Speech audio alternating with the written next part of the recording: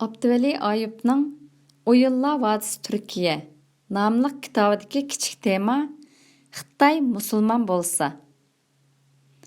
Qamoqdan chiqib Isroil qarim bilan quchoqlashib ko'rishdik. Taramlab to'kilayotgan yoshlarga qarab ichim ezilib ketdi. U 7 yil qamoqda yotgan edi. Gapkimi, ishqimi chapdas bu odam bir chaqqangina oshxona ichib opti.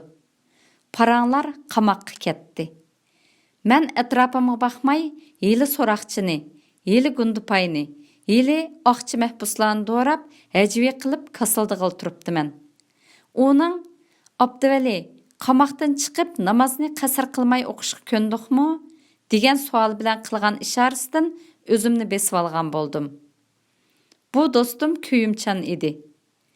Uyğurda çətdəl iştiyaqı və Uyğurluq təşvişi degan yazmam chiqqandan keyin İsrail qarim ata yenimga kelib, hicret meselesinde fikir bayan qilmaslikqa undigan edi. Sebebini aytmay shunila deb qo'yib ketgandik sirni bugungacha yecholmayman. Balkim to'g'ri niyatda yozib, ortiqcha hujum uchrab ketmaslikim uchun shuni to'g'ri topgan bo'lishi mumkin. Ammo Qashqardagi boshqa o'lima do'stlarim bu haqda gap qilmagan. Faqat dinga oid temalarni yozmaslikqa da'vat qilishgan edi. Ammo men dinga oid emas temalarni topolmay ovar edim. Ikkimiz yolg'iz qolganda parang yana qamoq, sud va so'roqchilar haqida bo'ldi. Sudda uningdan nima uchun sayyor tabliq qilganligi, hukumatga qarshi chiqishdagi oxirgi maqsad haqida so'ralganda, "Jangzimi musulmon bo'lsa bo'ldi. Boshqani talab qilmaymiz" degan ekan. U kuni bu gap qiziqchilik uchun deyilgan edi. Bir qancha yil o'tib, rostilla shundoq o'ylaydigan kishilarni ko'rib, bu gapning yana bir tarafi borligini fahm etgan bo'ldim. Turkiyada menga bir qancha Uyg'ur kishining Xitoyni musulmon qilsak bizga zulm qilmaydi. Xitoylarni musulmon qilg'idak haqiqiy musulmon bo'la olmaganimiz uchun bu zulm bizga haq deganlarini anglab hayron qoldim. Buni ba'zi turklarning doim deydiganligini biletdim. Hatto Turkiyadagi cho'ng jamoatlarning maxsus Xitoyga da'vat qilishni maqsad qilgan turlari bor edi. Ammo bir Uyg'urning navbatdagi xarzabin holimizni Xitoyni musulmon qila olmagan bizdagi nuqsonlar sabablik deb qarashi meni bakrak ajablantirdi.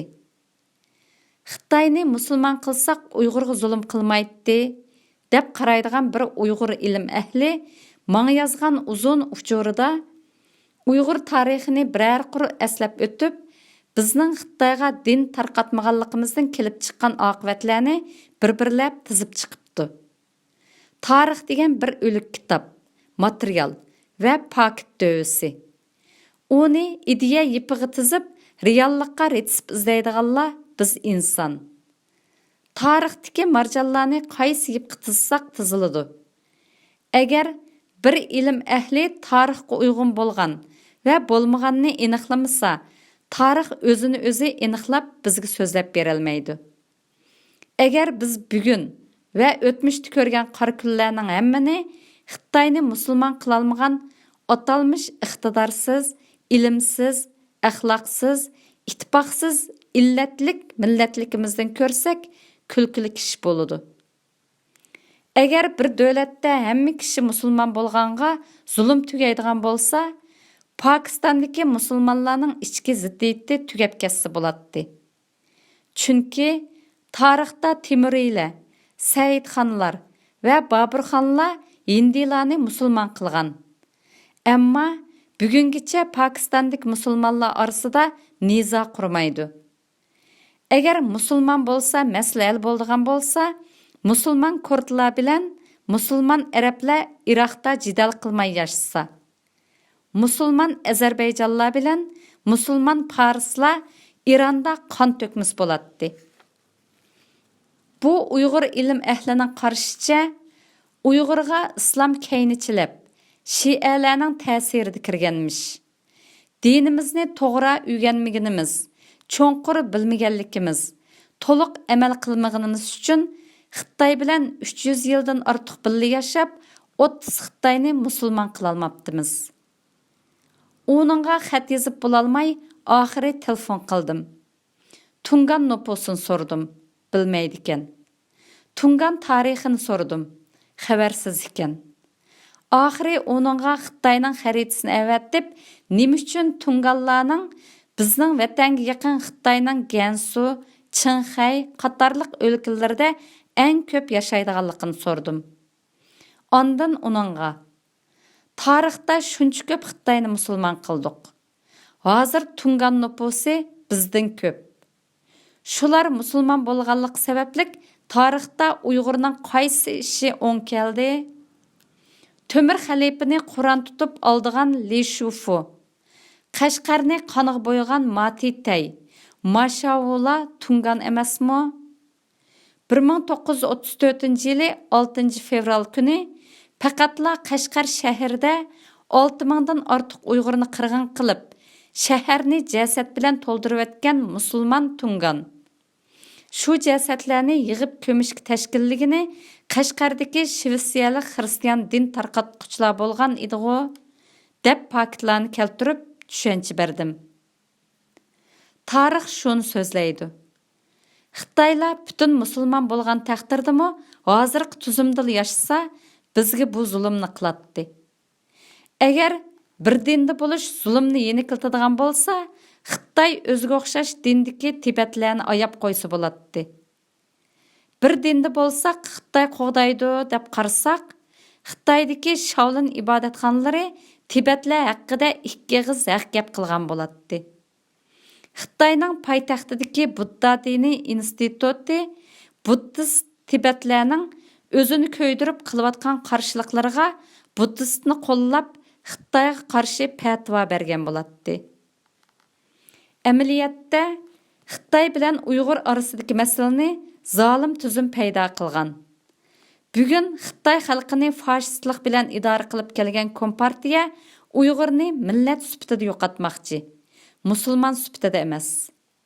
Bo'lmasa Tungan, Sala, Bao'an qatorliq millatlarmi bizdek kunni ko'rsa bo'ladi. Faqat Qozoq Qozog'istonga talpinib, Qirg'iz Qirg'izistonga moyil bo'lib, Uyg'ur davlat qurish kuchab bo'layotgan qabohat bu. Shunga ziddiyatni Xitoy Uyg'ur masalasi, musulmon kafir masalasi, bular din sabablik mavjud deb qarashning o'zla pokitlik emas. Masala bu ikki millat o'tirisida emas, balki birining zulm qilg'uchiga, yana birining zulm qilinguchiga aylantirilganligida. Masala bu ikki millatning ikki dinda bo'lganligi emas, Kompartiyaning Uyg'urni xalqaro radikal islomga bog'lab, millat bo'yicha yo'qotmoqchi bo'lganligida. Masala Uyg'urlarning dindorligida emas, balki dinni qo'ral qilib Xitoyga qarshilik qilganligida.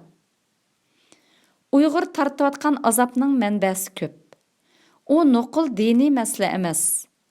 Manbasi ko'p turlik bo'lgan bu masalani har qaysi masalaga oid fanlar nuqtasidan tahlil qilish kerak. Uyg'ur ko'rayotgan zulmni diniga bog'lab tushundirish oson bo'lg'achqa odamga xush yoqadi. Ammo ko'z oldimizdagi faktlar bundaq tushuntirishning yetarlik emasligini oshkorlaydi. Demak, Uyg'ur ko'rayotgan zulm Xitoyning musulmon bo'lish bo'lmasligi bilan munosabatsiz. Ularning musulmonligi Uyg'urning hur, ozoda hayot kechirishining kapolati bo'la olmaydi. Jiang musulmon bo'lsa, hukumatga qarshi turmaydiq degan so'zni maxsus oliy maktabda dinda o'qimagan. Ömrida faqat maktab yuzi ko'rmay, savodini o'zi kitobni hajlab chiqarib olgan. Qur'onni yodlaganlik uchun qori atalgan Isroil qorim chaqchaq qilib deb qo'ygan edi. Turkiyadek dunyoga ochiq bir elda ilohiyatda magistr o'qiyotgan bir o'quvchining Xitoy musulmon bo'lgan bo'lsa zulm qilmaydi deganiga qarab, yanala Qur'onning Uyg'urchasini obdan o'qib, tijoratini qildigan shu do'stim va uning menga bergan fatvolarini seg'inib qoldim.